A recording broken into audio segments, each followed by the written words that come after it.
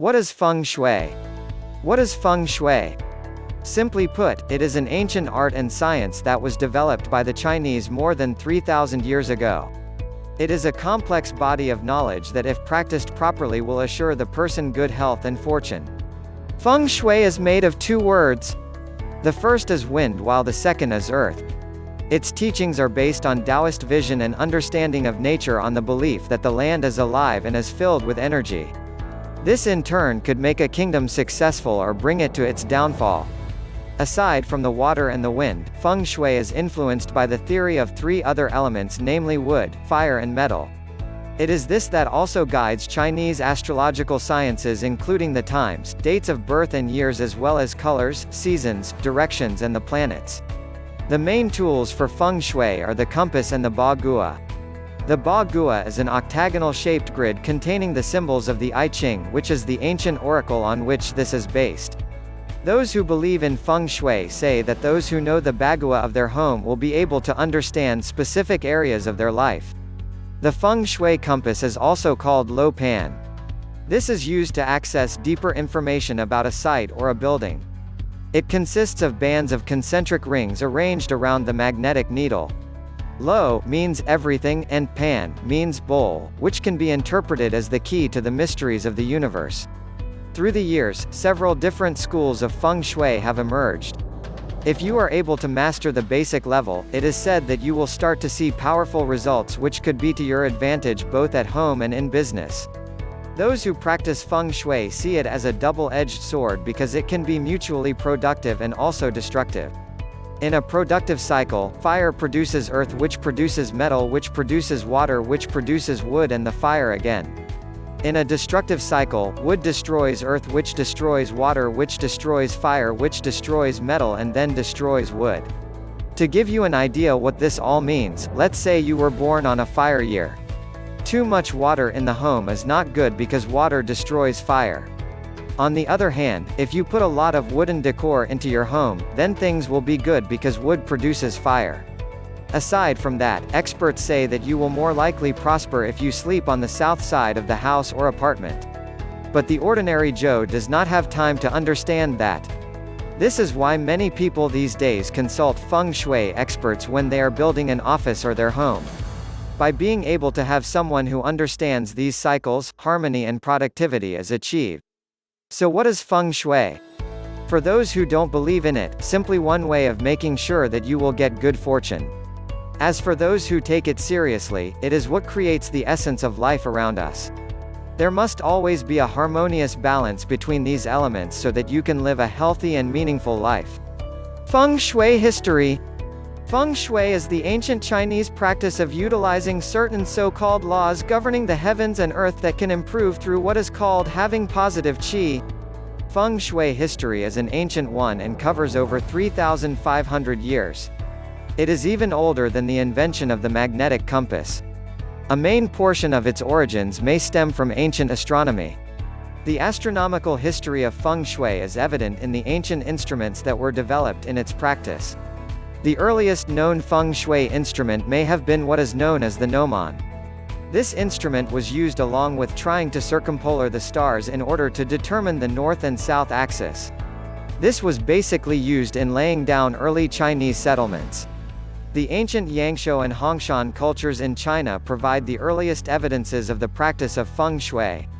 As early as 4000 BCE, doors from Banpo dwellings were aligned to the star called Yingxi just right after the winter solstice. This allowed the homes to be sited for better solar gain. During the Zhou era, the star Yingxi was known as Ding and had a great influence in trying to determine the appropriate time to build their capital city. This is according to records on the Shijing. Another example of the practice of ancient Feng Shui can also be found from the grave at Puyang that dates back to about 3000 BCE.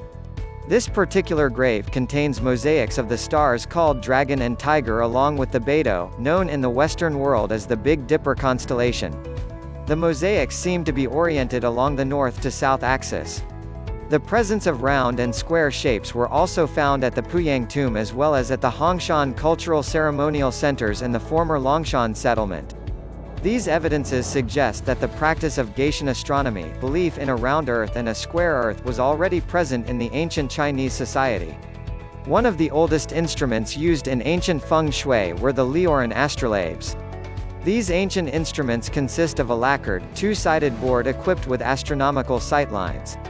The oldest of the Liuran astrolabes have been found and discovered from tombs dating from 278 BCE and 209 BCE.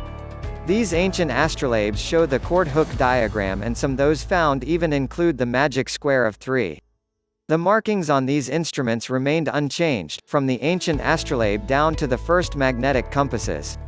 The practice of astronomy that bears a striking resemblance to many modern Feng Shui devices and theories were also discovered on a jade artifact found in Hanshan that dated at around 3000 BCE.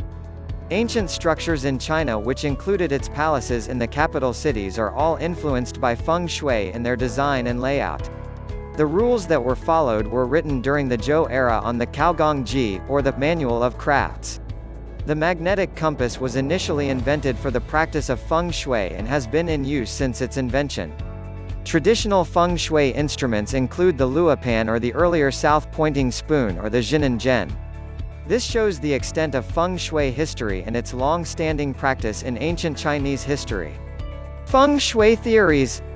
Feng Shui theories today mainly work with the goal to arrange the environment made by humans in certain spots known to have good qi. In order to find this spot, it should be the right location and an axis in time based on the accepted theories. In order to understand it better, here are some of the theories that Feng Shui has been known to uphold in its practice. Qi. The qi, pronounced as kai, is a difficult word to understand and is usually left as it is, without translation. In the most literal sense, the word means air. In today's Feng Shui, qi is similar to the word energy. A more traditional explanation of qi as it relates to understanding of local environments, the orientation of buildings, and the interaction between the land to the vegetation and the soil quality. An instrument that is used to determine the flow of qi is the luopan. The theory of qi stems from the different beliefs from the axial age. One such belief holds that the heavens influence life on Earth. This may seem outrageous to some people, but scientists today now know that space weather exists and can affect some technology such as GPS, power grids, communication and navigation systems, etc. And the internal orienting faculties of even birds and other creatures. Polarity. Polarity is another theory used in the practice of Feng Shui. It is expressed in Feng Shui as the yin and yang theory. Polarity that is expressed through yin and yang can be compared to a bipolar magnetic field. It is made up of two forces, one creating a force and one receiving it. Yang is the force acting and yin is receiving. This interaction is considered as an early understanding of chirality. The yin-yang theory and connected to another theory called the five-phase theory or five-element theory.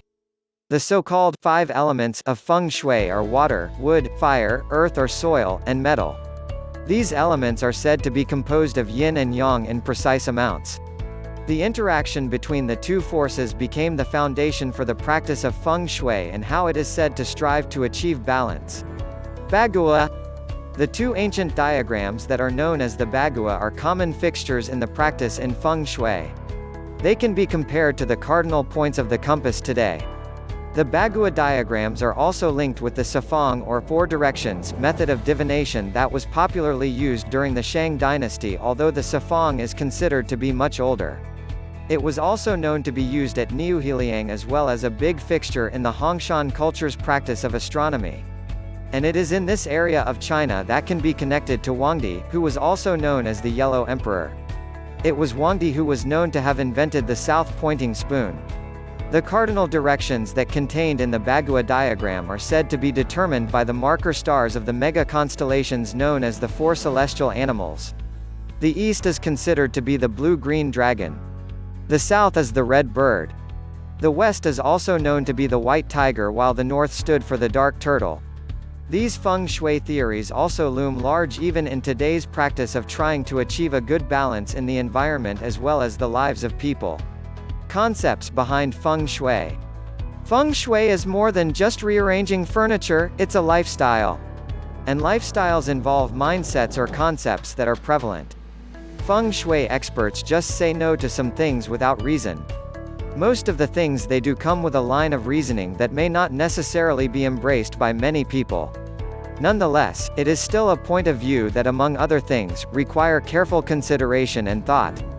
So what are the thoughts that prevail on the onset of Feng Shui?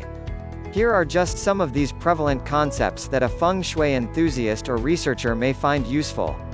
Sense of balance. The number one thing that Feng Shui promotes is balance. This balance comes in many forms, in the color arrangement, in the spatial factors up to the numbers that concern your working space or environment. The balance is more promoted by the 5 earth elements of Feng Shui and the Bagua, which is designed symmetrically and with complete reference to the different elements of the earth by Feng Shui standards. The standards of Feng Shui is made customized in every person, but it all boils down to having the right sets of things that complement and balance each other out. Sense of positivity. A sense of positivity is also what Feng Shui promotes. Positive energy is the thing most sought after by people who try to get the services of Feng Shui consultants. This positivism needs to be maintained. Conversely, it wards off all the forms of negative energy that may come in a given space. This is why there are charms that help cure the bad luck in a given place, especially those which have been established without guidance of Feng Shui. A natural inclination for beauty and the things that promote it. Beauty in symmetry and symmetry in beauty is one of the core concepts of Feng Shui. It appeals to the physically inviting, and also adheres to fighting for beauty and balance in things. Feng Shui, in some ways, is a celebration of beauty in design and other physical elements of the space being designed. Love for your environment. Feng Shui promotes the careful consideration of the environment before establishing places. Good Feng Shui respects the elements of the earth and makes the Feng Shui enthusiast more mindful of their surroundings. They don't just work instantly in any oppressive place, but strive to remove any existing negativities in the environment. Love for self. The love for self is also promoted by Feng Shui. You will detect energy based on what generally feels good to you. Love for self involves not subjecting yourself to oppressive places or harboring negative energies that can be counterproductive to your different activities. Dreaming big and making the environment jive with that dream. Finally, Feng Shui is more anchored on the greater scheme of things. When you have a dream and you intend to fulfill it in numerous ways, the best way to start is to have an environment that embraces those dreams. If you dream big and work hard, but your environment cancels all the things that you are striving for, it will be a very difficult task for you. Feng Shui ensures that there is alignment between the things you want and the things that are manifested in the objects you see every day.